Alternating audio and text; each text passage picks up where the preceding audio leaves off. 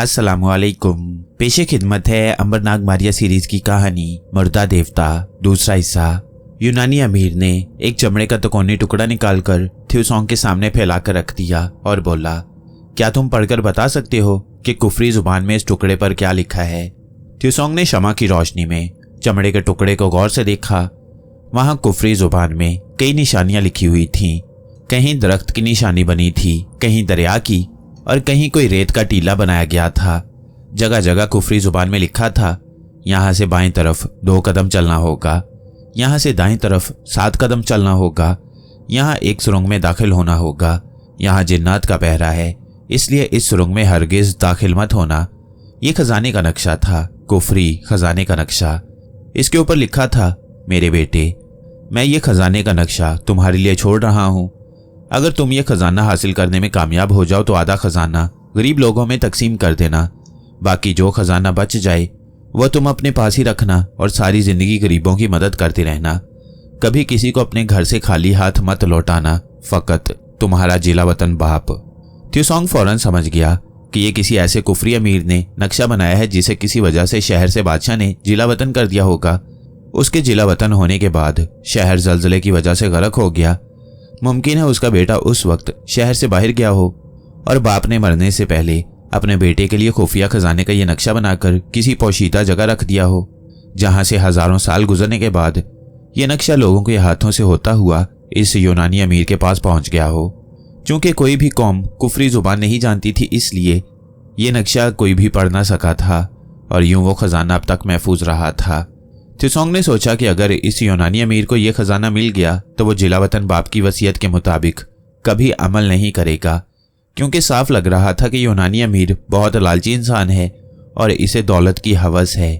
बस थ्यूसोंग ने फैसला किया कि वह असल बात को छुपा लेगा। यूनानी अमीर ने पूछा, तुम क्या सोच रहे हो थ्यूसोंग? क्या ये तहरीर तुम नहीं पढ़ सकते? ये जरूर किसी खजाने का नक्शा है। मुझे बताओ कि इसमें क्या लिखा हुआ है। अगर ये खजाने का नक्शा है तो मैं तुम्हें कॉल देता हूं कि खजाना मिल जाने की सूरत में आधा खजाना तुम्हारा होगा। थ्यूसोंग ने कहा, बात यह है कि इस कुफरी तहरीर में कुछ अजीब सी खतरनाक बातें लिखी हैं। यूनानी अमीर ने बेताब होकर कहा, ये खजाने का नक्शा तो है ना? हाँ, ये खजाने का नक्शा ही है, थ्यूसोंग ने कहा। यूनानी अमीर फौरन बोला, तो फिर जल्दी बताओ कि इसमें इसकी क्या निशानियां दी गई हैं और खजाना किस मुल्क में है और उस तक कैसे पहुंचा जा सकता है। थ्यूसोंग ने इतनी देर में सोच लिया था कि उसे क्या कहना होगा। वह चमड़े के नक्शे पर आंखें जमाए हुए बोला, इसमें ऊपर लिखा है कि ये कुफरी कौम के आखिरी बादशाह के खुफिया खजाने का नक्शा है, जो दरिया दजला के किनारे जमीन के अंदर जल्जले की वजह से शहर के साथ ही गर्क हो गया था। मगर उस खजाने पर जिन्नात का कब्जा है। खजाने के अंदर सांप उसकी हिफाजत करते हैं, इसलिए जिस शख्स को ये चमड़े का नक्शा मिले उसको हदायत की जाती है कि वो हरगिज हरगिज इस खजाने की तलाश में ना निकले, नहीं तो उसकी 7 पुश्तों को पछताना पड़ेगा। उसकी 7 पुश्तों को ऐसी बीमारी लग जाएगी कि वो जिंदगी भर तड़पते रहेंगे। थ्यूसोंग का ख्याल था कि इससे यूनानी अमीर डर जाएगा और खजाने तक पहुंचने का ख्याल दिल से निकाल देगा, मगर ऐसा ना हुआ। यूनानी अमीर बहुत ही लालची था। उसने कहा, ख्वाह मेरी 7 पुश्तें बर्बाद हो जाएं, मगर मैं इस खजाने को हासिल करके रहूंगा। थ्यूसोंग, क्या तुम मेरे साथ चलोगे? मैं एक बात का वादा करता हूं कि अगर खजाना मिल गया तो उसका आधा हिस्सा गरीबों और मस्कीनों में तकसीम कर दूंगा। थ्यूसोंग ने सोचा कि खजाना तो जमीन में दबा दबा कर एक रोज मिट्टी हो जाएगा। ये शख्स अगर अपोलो की कसम खाकर वादा कर रहा है तो बेहतर यही है कि खजाना निकाल लिया जाए, ताकि उसका आधा हिस्सा गरीबों को तो मिल जाए। गरीब लोगों का इससे बहुत फायदा हो जाएगा, क्योंकि बादशाह का खजाना बहुत बड़ा खजाना होता है। अब थ्यूसोंग ने यूनानी अमीर से कहा, क्या तुम अपोलो देवता के बुत के सामने खड़े होकर ये अहद करने को तैयार हो कि खजाना मिल जाने पर तुम इसका आधा हिस्सा गरीबों में बांट दोगे? यूनानी अमीर ने कहा, हाँ, मैं अपोलो देवता के सामने जाकर यह कसम खाने को तैयार हूं। थ्यूसोंग ने कहा, तो घोड़े निकालो और अभी मेरे साथ अपोलो के मंदिर में चलो। यूनानी अमीर को क्या एतराज हो सकता था। उसने उसी वक्त घोड़े निकाले। वो दोनों अपोलो मंदिर पहुंच गए। यूनानी अमीर ने अपोलो देवता के सामने खड़े होकर कहा, ए अपोलो देवता, मैं कसम खाकर वादा करता हूं कि अगर मुझे खजाना मिल गया तो मैं उसका आधा हिस्सा गरीबों में बांट दूंगा। फिर थ्यूसोंग की तरफ देखकर बोला, क्या तुम अब मुतमईन हो गई हो? थ्यूसोंग ने कहा, हाँ, मुझे इत्मीनान हो गया है। यूनानी अमीर उसे साथ लेकर वापस अपने मकान पर आ गया और बोला, क्या तुम्हें मुझ पर भरोसा नहीं है थ्यूसोंग? मैं जानता हूं तुमने इस नक्शे की बहुत सी बातें छुपा ली थीं। अब जबकि तुम्हें मेरी तरफ से इत्मीनान हो गया है तो मुझे वो बातें भी बताओ जो तुमने मुझे पहले नहीं बताई थीं। त्सोंग ने अब उसे सारा नक्शा ठीक ठीक पढ़कर सुना दिया। यूनानी अमीर का दिल खोटा था। उसने ऊपर से अहद किया था कि वो आधा खजाना गरीबों में बांट देगा, जबकि वो फैसला कर चुका था कि जब उसे खजाना मिल जाएगा तो वो त्सोंग को भी हलाक कर देगा। अब जब उसे मालूम हुआ कि खजाने के मालिक ने अपने बेटे को हदायत की है कि वो आधा खजाना गरीबों में, फिर उसका आधा बेवा औरतों में और फिर उसका आधा दूसरे लोगों में बांट दे, तो यूनानी अमीर दिल में हंसा और अपने आप से दिल में कहा कि एक बार खजाना हाथ आ जाने दो, मैं उसकी हवा भी किसी को नहीं लगने दूंगा। इस त्सोंग को भी जिंदा नहीं छोड़ूंगा, क्योंकि ये लोगों को बता सकेगा कि खजाना मेरे पास है। त्सोंग से यूनानी अमीर ने बड़ी चापलूसी से कहा, बेटा त्सोंग, मुझे तो खजाने का सिर्फ चौथा हिस्सा ही दे दोगे तो मैं खुश हो जाऊंगा। बाकी चाहे सारी दौलत तुम अपने हाथों गरीबों में तकसीम कर देना, बल्कि अगर तुम कहोगे तो मैं खजाने का छठा हिस्सा भी लेने को तैयार हूँ। त्सोंग ने उसकी बात पर एतबार कर लिया और बोला, ठीक है, हमें सुबह ही खजाने की तलाश में चल पड़ना चाहिए। यूनानी अमीर ने सुबह उठते ही सारी तैयारियां मुकम्मल कर लीं। दोनों घोड़े पर सवार हो गए। 4 घोड़ों पर उन्होंने जरूरी सामान और खुराक पानी लाद लिया और यूनान से दरिया दजला की तरफ रवाना हो गए, क्योंकि खजाना इसी दरिया की वादी में एक टीले के अंदर दफन था। 2 दिन के सफर के बाद त्सोंग और यूनानी अमीर दजला की वादी में पहुंच गए। त्सोंग इसलिए साथ गया था कि उस पर फर्ज हो गया था कि वो कुफरी खजाना निकालकर जिला वतन बाप की वसीयत के मुताबिक इसे गरीबों में तकसीम करे और जो हिस्सा बाकी बचे वो यूनानी अमीर को दे दे, क्योंकि बहरहाल नक्शा इसी ने हासिल किया था। 2 दिन तक वो दजला की वादी में सहराओं में सफ़र करते रहे। नक्शा त्सोंग के पास था और वो बार बार उसे देख लेता था। आखिर वो इस टीले के पास पहुंच गया जिसकी तरफ इशारा नक्शे में दिया गया था। उन्होंने वहीं कैंप लगा लिया, रात आराम किया। दूसरे दिन जब सूरज निकला तो यूनानी अमीर और त्सोंग सरों पर धूप से बचने के लिए रुमाल डालकर नक्शा लेकर खजाने की तलाश में टीले के जनूब में आ गए। त्सोंग ने नक्शे की तरफ देखा और बोला, नक्शे में लिखा है कि इस टीले के जनूब में एक जगह 3 चट्टानी पत्थर साथ साथ जुड़े हुए हैं। वहां से बाएं जानिब 7 कदम चलना होगा। वो टीले के जनूब में आए तो वाकई वहां 3 चट्टानी पत्थर साथ साथ लगे थे। वहां से वो 7 कदम बाएं जानिब चले तो एक और तकोना पत्थर आ गया। ये पत्थर छोटे मीनार की तरह था। नक्शे में लिखा था कि इस मीनार से मजीद बाएं जानिब इतने कदम दाएं और इतने कदम बाएं चलें तो आगे एक छोटा सा गार आएगा। नक्शे में लिखा था कि उस गार में हरगिज दाखिल ना होना, क्योंकि उस गार के अंदर जिन्नात खजाने पर पहरा देते हैं, बल्कि यहाँ से शुमाल मगरिब की तरफ 11 कदम चलोगे तो एक छोटा सा गार आएगा। खजाने के लिए उस गार में दाखिल हो जाना। यूनानी अमीर और त्सोंग चलते चलते दूसरे गार में आ गए। ये पहले वाले गार से छोटा गार था। यूनानी अमीर और त्सोंग ने मशालें जो वो अपने साथ लाए थे रोशन कर लीं और गार में दाखिल हो गए। गार बहुत पुराना था। इसमें मकड़ियों ने चारों तरफ जाले बुन रखे थे। जाले मशालों के शोलों में साथ साथ जलते जा रहे थे। गार के अंदर से चिमगादड़ें भी घबरा कर फिरफिराती हुई बाहर को उड़ गईं। गार में नमी थी। कहीं कहीं दीवारों से पानी भी रिस रहा था। आगे जाकर गार बंद हो गया। त्सोंग ने मशाल की रोशनी में नक्शे पर देखा। यहाँ गार की एक छोटी सी लकीर बनाकर आगे लिखा हुआ था, दीवार में पत्थरों की आखिरी कितार के आखिरी पत्थर को बाहर निकालो। यूनानी अमीर ने कुदाल उठाई। उन्होंने दीवार को देखा। ये पत्थरों की बनी हुई दीवार थी। उन्होंने आखिरी कितार के आखिरी पत्थर को कुदाल से बाहर खींच लिया। वहां एक चौकोर सुराख पैदा हो गया। ये सुराख इतना कुशादा था कि वो उसमें दाखिल हो सकते थे। दोनों चौकोर सुराख में से गार की दीवार की दूसरी जानिब चले गए। दूसरी तरफ गार की छत इतनी छोटी थी कि वो खड़े होकर नहीं चल सकते थे। वो दोनों झुककर आगे चलने लगे। यहाँ गार की फिजा बेहद मरतूब और घुटी घुटी थी।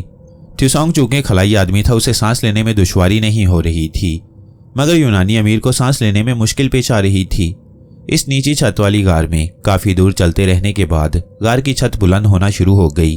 फिर वो एक बड़े हॉल कमरे में आ गए। यहाँ गार में एक जानिब पानी के बहने की आवाज आ रही थी। ये एक छोटी सी नदी थी जो गार की दीवार के साथ साथ बहती चली जा रही थी। यहाँ त्सोंग ने एक बार फिर नक्शे को देखा। नक्शे में नदी का साफ साफ इशारा लिखा हुआ था और हदायत की गई थी कि इस नदी में उतरकर आगे चलना शुरू करो। दोनों नदी में उतर गए। नदी का पानी ठंडा था और इनके टखनों तक ही आता था। यूनानी अमीर ने कहा, यह नदी कहाँ से निकलकर यहाँ आ गई है और कहाँ जा रही है? त्सोंग ने कहा, इस बारे में कुछ नहीं कहा जा सकता। वैसे तो इस जमीन के नीचे भी कई दरिया बह रहे हैं।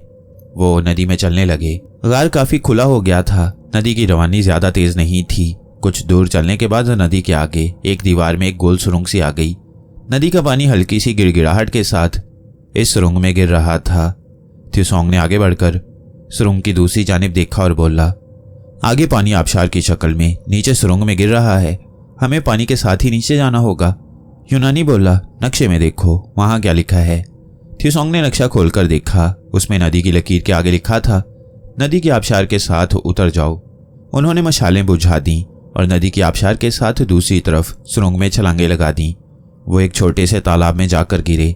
जल्दी से उठकर तालाब से बाहर निकले तो घुप अंधेरे में यूनानी अमीर को कुछ नजर न आया, मगर थ्यूसोंग अंधेरे में देख सकता था।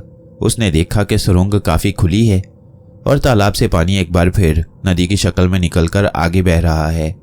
उसने यूनानी अमीर से कहा, आगे फिर सुरंग है, मशालें रोशन कर लेनी चाहिए। उन्होंने फौरन फास्फोर्स की मशालें रोशन की और नदी के साथ साथ सुरंग में आगे बढ़ना शुरू कर दिया। नदी आगे जाकर जमीन के एक सुराख में गायब हो गई थी। सुरंग भी यहां पहुंचकर खत्म हो गई और सामने एक दीवार आ गई। यूनानी अमीर ने थ्यूसोंग से कहा, अब क्या करें, सुरंग तो खत्म हो गई और नदी का पानी भी जमीन के अंदर एक कुएं में गायब हो रहा है। नक्शा देखो। उन्होंने मशाल की रोशनी में नक्शा देखा तो वहां लिखा था, इस दीवार के पीछे खजाना है। यूनानी अमीर तो खुशी से उछल पड़ा। थ्यूसोंग गौर से दीवार को देख रहा था। उसे मालूम था कि इस दीवार के पीछे अगर खजाना है तो उस खजाने पर सांप भी जरूर मौजूद होंगे और ये सांप यूनानी अमीर को हलाक कर देंगे। थ्यूसोंग वादे के मुताबिक अमल कर रहा था। वो नहीं चाहता था कि यूनानी अमीर मर जाए और खजाना गरीबों में तकसीम ना हो। वो यहाँ से खजाना निकालकर गरीबों, बेवाओं और मुस्तहिक लोगों में बांटना चाहता था। अगर उसका छठा हिस्सा यूनानी अमीर को मिल भी जाता तो वो उसे उसका मुस्तहिक समझता था, क्योंकि नक्शा बहरहाल उसी ने पैदा किया था। यूनानी अमीर ने थ्यूसोंग की तरफ देखा और बोला, तुम चुप क्यों हो मेरे बेटे थ्यूसोंग? मैं कुदाल चलाकर दीवार गिराने लगा हूं क्योंकि इसके पीछे खजाना है।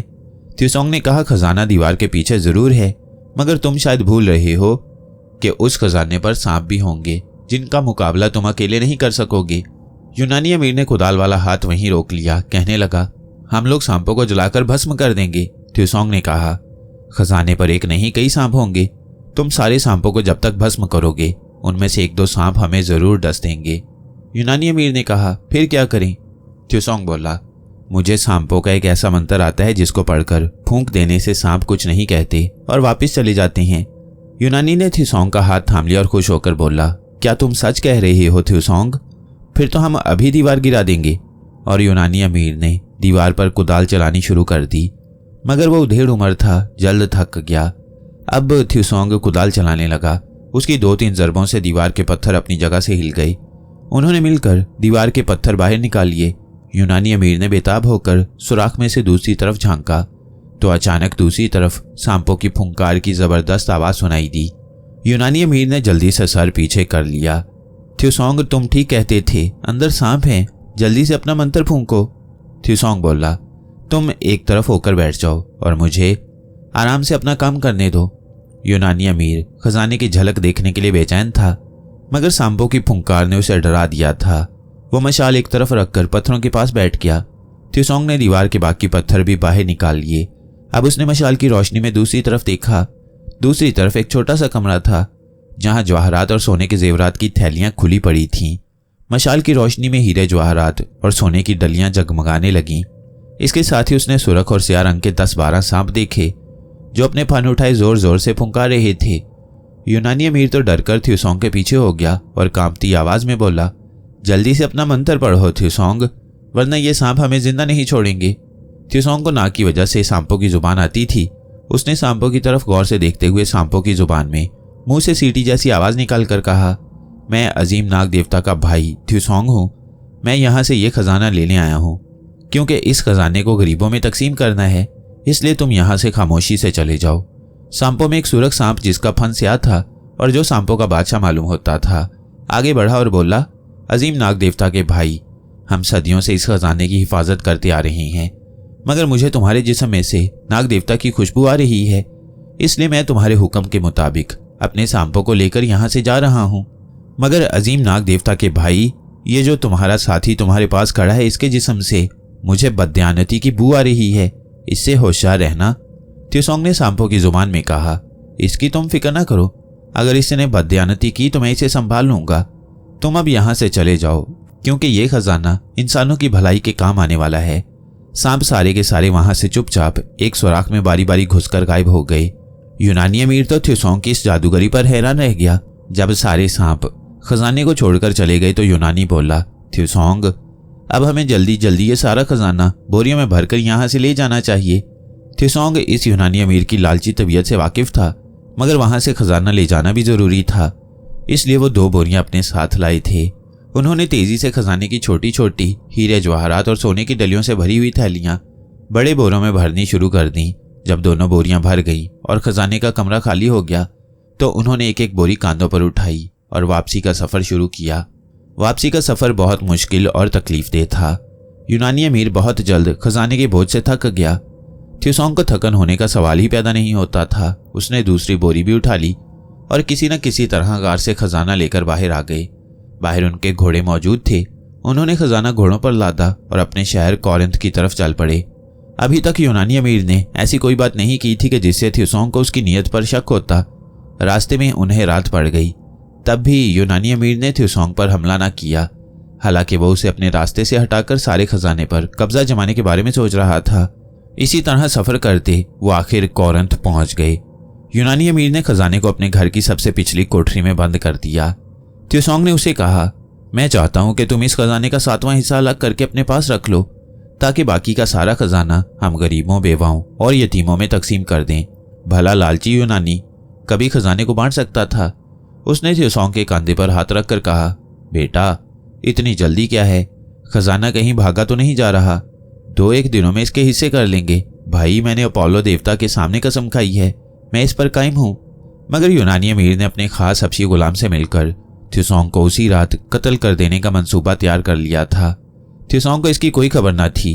हबशी गुलाम यूनानी अमीर का खास गुलाम था। जब उसने उससे थ्योसोंग के कत्ल की बात की तो गुलाम ने कहा, मेरे आका, आप जानते हैं कि हमारे मुल्क में कानून बड़ा सख्त है।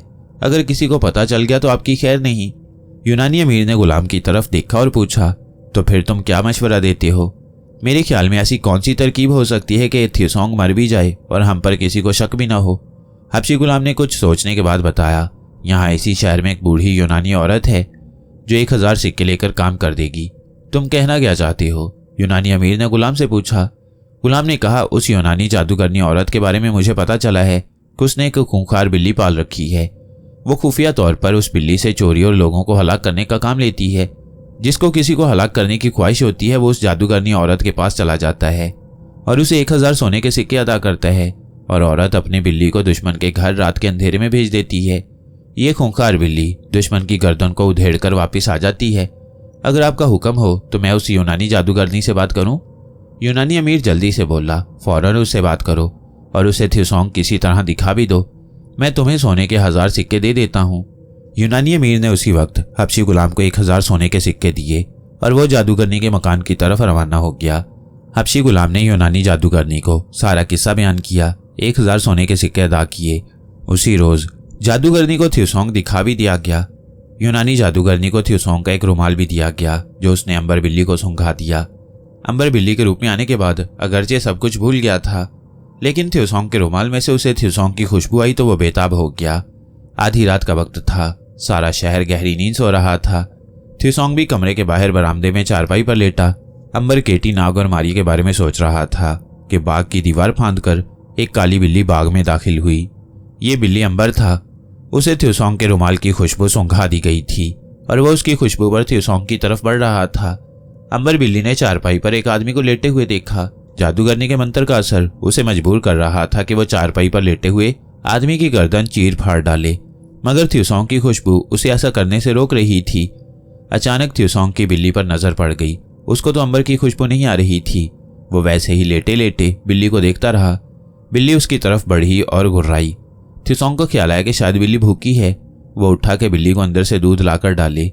उसे उठता देखकर बिल्ली पर जादूगरनी के मंत्र का जोर हुआ और उसने थ्योसोंग पर छलांग लगा दी। थ्योसोंग के जिस्म पर गिरते ही बिल्ली को थ्योसोंग की खुशबू आई तो वो फौरन पीछे हट गई।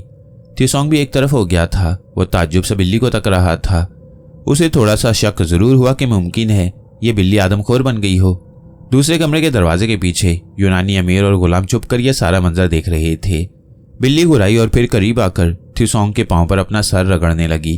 थ्यूसोंग ने बिल्ली को प्यार किया, बिल्ली भाग गई। यूनानी अमीर और हबशी गुलाम एक दूसरे का मुंह देखते रह गए। ये कैसे हो गया? बिल्ली ने तो इसे कुछ नहीं कहा। यूनानी अमीर ने गुस्से में सरगोशी की। गुलाम ने आहिस्ता से कहा, जादूगरनी से जरूर कोई गलती हो गई है मेरे आका, मैं सुबह उसके पास जाऊंगा। दूसरे दिन हबशी गुलाम सीधा जादूगरनी के पास आया और उसे रात का सारा वाकया बयान किया। यूनानी जादूगरनी भी बहुत हैरान हुई, कहने लगी, आज तक मेरी बिल्ली ने किसी दुश्मन को जिंदा नहीं छोड़ा, मगर इस बिल्ली की मुझे समझ नहीं आ रही। तुम फिक्र ना करो, मैं आज रात फिर बिल्ली को भेजूंगी। मगर दूसरी रात भी अंबर बिल्ली ने थ्यूसोंग को कुछ ना कहा और उसको प्यार करती रही। यूनानी अमीर ने तंग आकर जादूगरनी से आधे सोने के सिक्के वापस ले लिए और हबशी गुलाम से कहा, अब थ्यूसोंग को तुम कत्ल करोगे, मैं तुम्हें 2000 सोने के सिक्के दूंगा और खजाने में से भी एक हिस्सा तुम्हें इनाम में दूंगा। हबशी गुलाम लालच में आ गया। उसने थ्यूसोंग को कत्ल करने की हामी भर ली। उस रात थ्यूसोंग के दिल में एक मुद्दत के बाद सोने का ख्याल आ गया और वो सचमुच रात को सो गया। जब वो गहरी नींद सो रहा था और शहर पर रात का सन्नाटा छाया था, तो हबशी गुलाम मुंह सर लपेटे हाथ में खंजर लिए थ्यूसोंग की चारपाई की तरफ आया।